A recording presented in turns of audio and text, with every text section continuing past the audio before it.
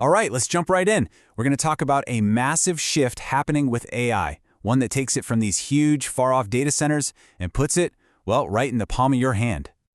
So when we think of AI, we usually think of something like ChatGPT, right? It feels like it lives in the cloud, this giant, super powerful computer somewhere far away. You type in a question, wait a second, and bam, you get an answer. It's amazing for sure, but it's also distant, and you always need to be connected to the internet. But what if that wasn't the only way to do it? What if all that brain power didn't need the cloud at all? Imagine if it could run entirely on a device you own, a device in your hand, completely offline and totally private. And look, this isn't some sci-fi movie concept. This is real and it's happening now. It's the next big thing in AI, and it's called Edge AI. The whole idea is to bring the smarts to the device, right to the edge of the network, instead of shipping all your data off to some server miles away. Okay, so this chart breaks it down really nicely. Think about cloud AI. Your data gets sent out to some company's server, you got to be online, and there's always that question mark about who's looking at your stuff. But with Edge AI, it's the total opposite. Your data stays right there on your device. It works even when you're offline. And your privacy, it's completely locked down. And that privacy thing, it's a non-starter in certain fields. I mean, think about it. Finance, healthcare, you're not going to discuss your investment strategies or personal health stuff on a service that's storing it somewhere else, right? Where someone else might see it? No way. Keeping it local just solves that problem completely. So you're probably thinking, okay, what kind of supercomputer do I need to buy to run this stuff? Well, the answer is going to surprise you. Let's meet the unlikely hero of this whole story. Check this out. This is the Raspberry Pi 5. It's this tiny little computer. I mean, it costs less than a new video game. But don't let the size fool you. This thing is packing a serious punch. A powerful processor, up to 8 gigs of RAM, it's basically a real-deal, pocket-sized computer that can do some seriously heavy lifting. So that brings us to the million-dollar question, right? Yeah, it's powerful for its size, but is it powerful enough to run a real, sophisticated large language model? Can this little thing actually do AI? And the answer is a resounding yes. And the magic key that unlocks all of this is something called a llama. The best way to think of it is like a super simple installer for AI. It takes all the complicated setup stuff off your plate and just lets you install and run these powerful models right on your own machine. It's a game changer. All right, so of course, people put this to the test. They took a Raspberry Pi 5, the 8GB version, and threw a bunch of popular AI models at it, and this report card here shows what happened. And it's pretty fascinating.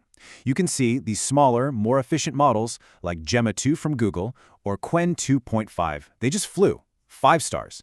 But as the models started getting bigger, well, things got a little more challenging. So let's really look at this. The top performer, Gemma 2, is what's called a 2 billion parameter model. You can think of parameters as, well, kind of like the number of neurons in the AI's brain. More can mean it's smarter, but it also means it needs more energy, more resources. Gemma 2 was super efficient. It ran fast and only used about 3 gigs of RAM. But then they tried to run the much bigger Llama 2, a 7 billion parameter model, and it just failed. It needed more RAM than the Pi had, plain and simple. So here's the bottom line, the main takeaway. There's a sweet spot. On the Raspberry Pi 5, models that are under 7 billion parameters, that's where you get this great balance of power and efficiency.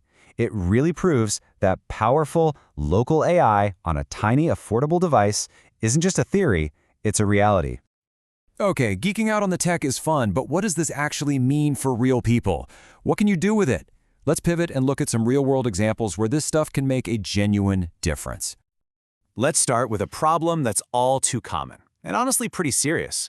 Just remembering to take medication. Millions of people, especially older folks, struggle with this, and the number one reason is just forgetfulness. But the consequences can be really, really serious. Okay, now picture this, a smart pill dispenser with a Raspberry Pi as its brain. This isn't just a dumb alarm clock. It actively alerts you with lights and sounds when it's time. You press a button and it gives you the right pills. And here's the crucial part. It knows if you took them or not. And if a dose gets missed, it can automatically send a text to a family member or a caregiver.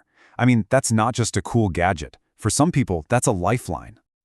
And that's just one example. What if we go even further? What about something more complex, like constantly monitoring the health of someone with a chronic illness? This is really where Edge AI just shines. You could have a Raspberry Pi at the heart of a system that's watching vital signs 24/7. We're talking heart rate, blood oxygen levels, temperature, even your ECG. And all that data is processed right there, locally. It only sends out an alert to a doctor or a loved one if something is wrong. All the while, that incredibly sensitive health information stays completely private and secure.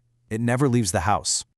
But it's not all about healthcare, as amazing as that is. The applications go way beyond that. One of the coolest, most practical things you can do right now is build your own private AI assistant. I mean, just imagine having a chatbot where you can ask it anything, seriously. Questions about your money, your health worries, stuff you'd write in a private journal, and you have 100% certainty that the conversation is not going anywhere. It stays on your computer and that's it. No data gets sent to the cloud, no monthly fees, zero privacy worries. It's just your own personal, private AI. And this is really the turning point, you know?